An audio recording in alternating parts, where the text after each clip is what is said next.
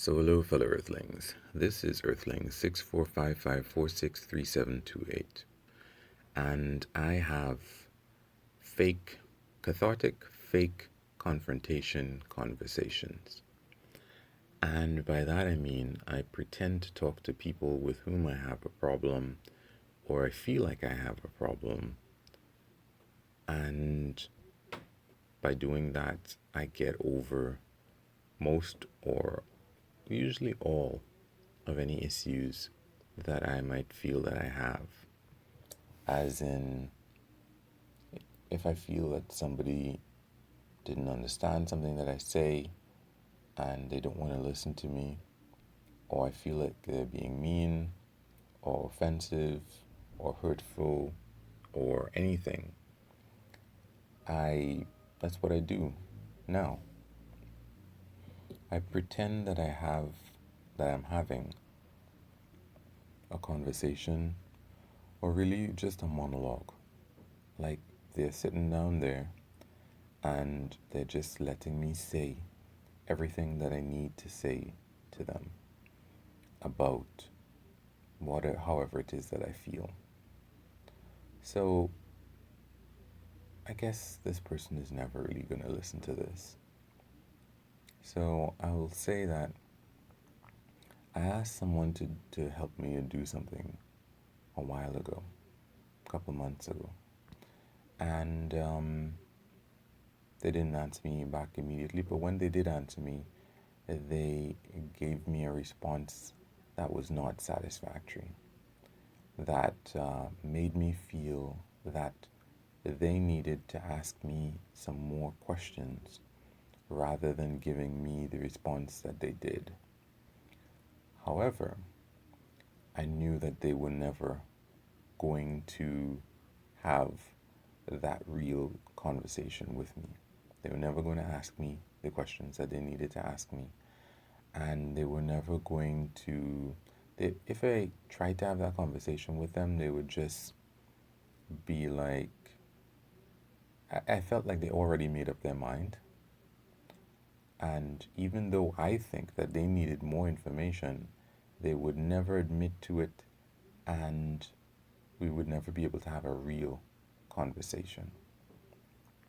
So I had a real conversation with them in my head, and I said, you know, I'd tried something else before. I'd tried to talk to them and explain the things that I think that they needed to have asked me before they responded.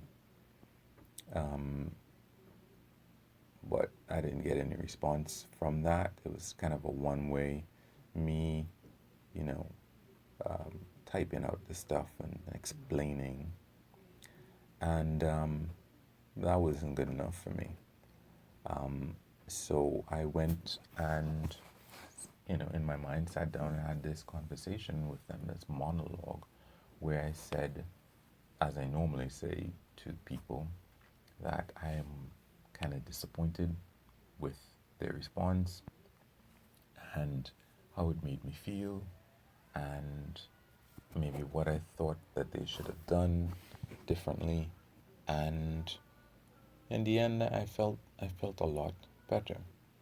Um, I realized that it's still kind of in my head, but I have no reason or desire to talk to them in real life or in pretend anymore. Now, this whole thing stemmed from when I was a lot younger, and a friend of mine decided that they just weren't going to talk to me anymore. I would see them or encounter them in life, and I realized that unless I said something, they weren't even going to acknowledge that I was around.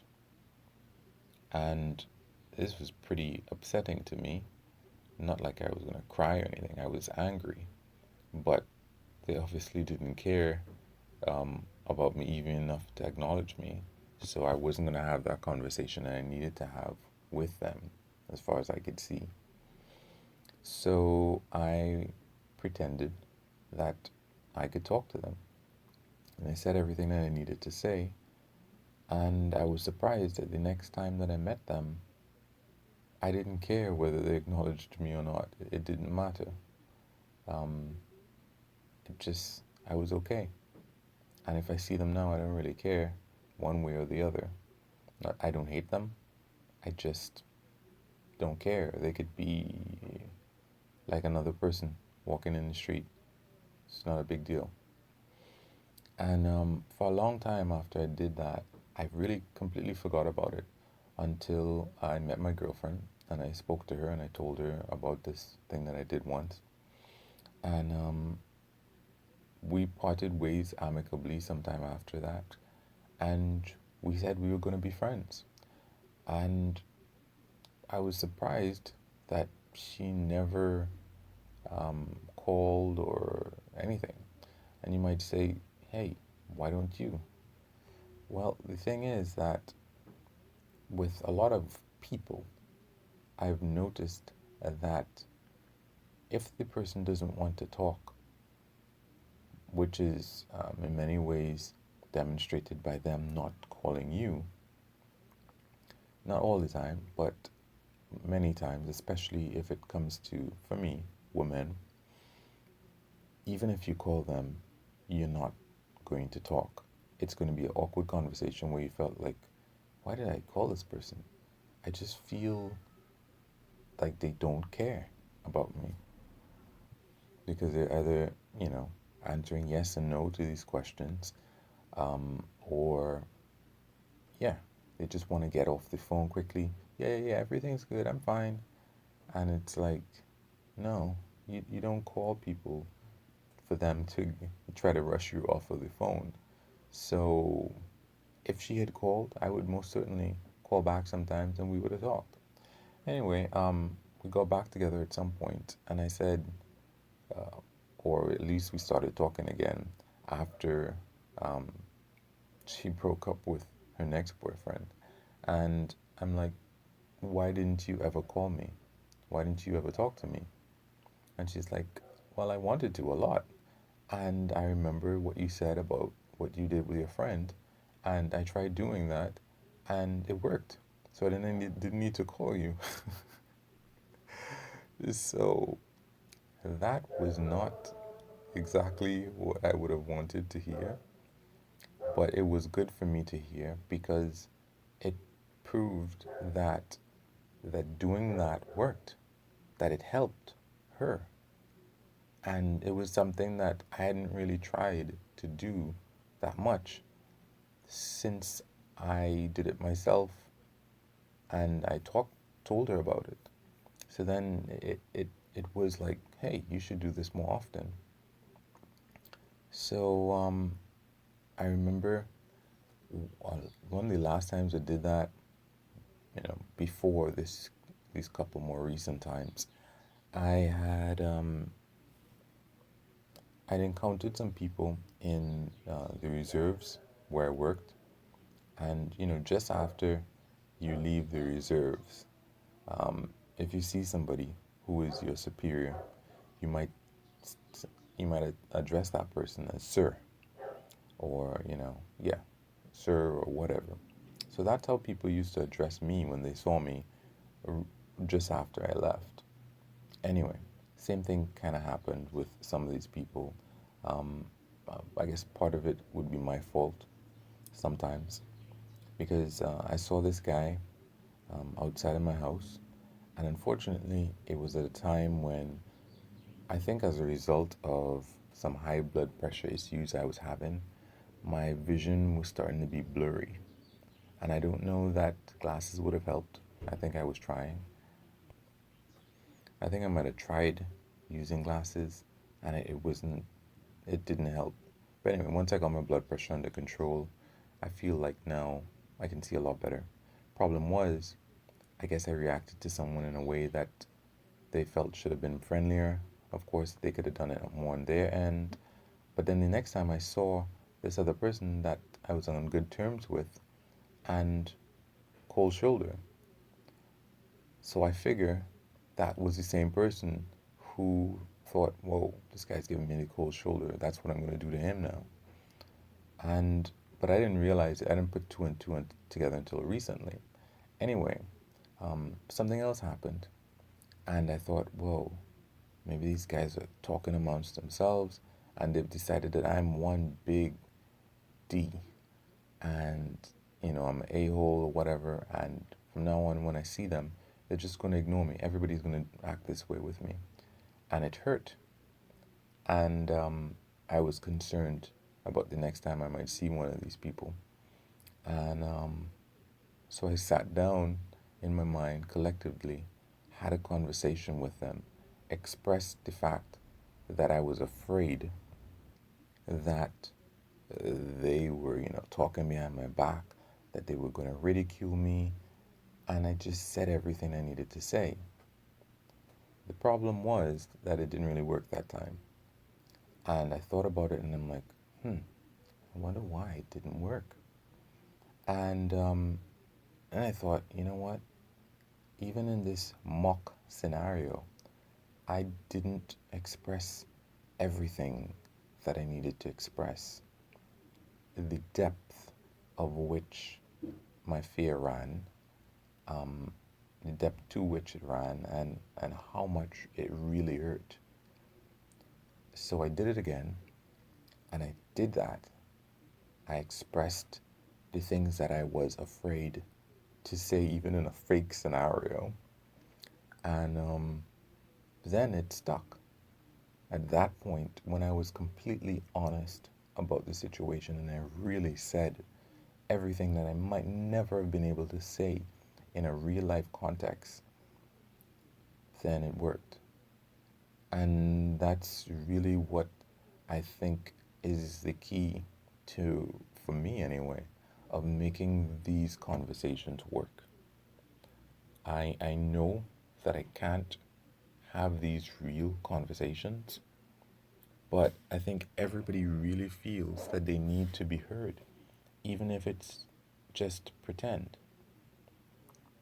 And even in a real conversation, if I'm having a real conversation with someone, I realize that a lot of times we can say the same thing that we mean a couple times, like over and over and over. And what we really are seeking by saying it over and over and over is because we feel that the other person isn't actually hearing us. They don't actually understand what we're saying. So we say it again, maybe a different way, a different analogy, a different, whatever, to try to bring it across, to hear the words come out of their mouth that we think, yeah, they finally understand what I'm saying. And a lot of times it can amount to the other person just does not agree with our opinion, and we think they don't understand. That if they did understand, they would agree with us. And we don't understand that they do understand, they just don't agree, even though they understand exactly what we're saying. Because many of the positions that we hold in life come from an emotion. Of course, other positions that we hold do come from logic, but for whatever reason, sometimes when you're hearing somebody say something, it's not enough.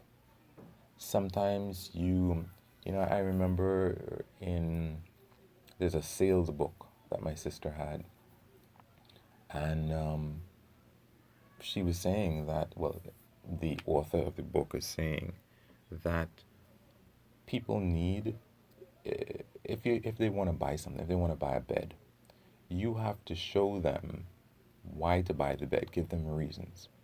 But it's not enough to show them one bed with those reasons. You have to show them two or three, normally at least three other beds, or three beds in all, and give them the pros and cons of all of those beds and why this bed is the best. Before they believe you.